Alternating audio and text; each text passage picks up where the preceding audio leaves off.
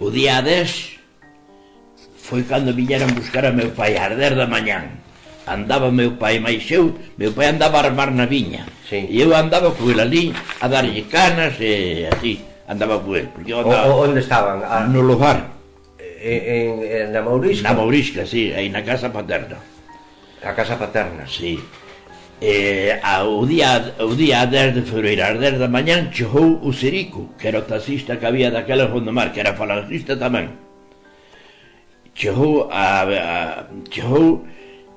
chamou por meu pai e dixo: Abilio, dixo Rúa, que era o sargento, que vayas abaixo ao cuartel,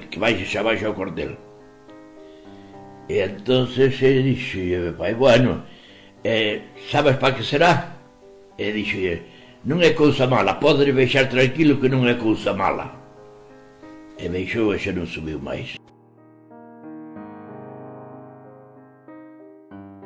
E entonces iso eran as 10 da mañán aproximadamente. Baixou, isto xa non subiu. Nese mesmo día non sei quenes foron, un home ou dous foron á cárcel a estar con meu pai. Levaban unha camisa de falange e unha escopeta e dixéronlle: Abilio, viste esta camisa e colle esta escopeta e vente con nós. E meu pai dixe: eu non sirvo para matar a nadie. E meu pai non saliu da cárcel. Eles marcharon e naquela mesma noite, do 10 para o 11, apareceron mortos no Rosal.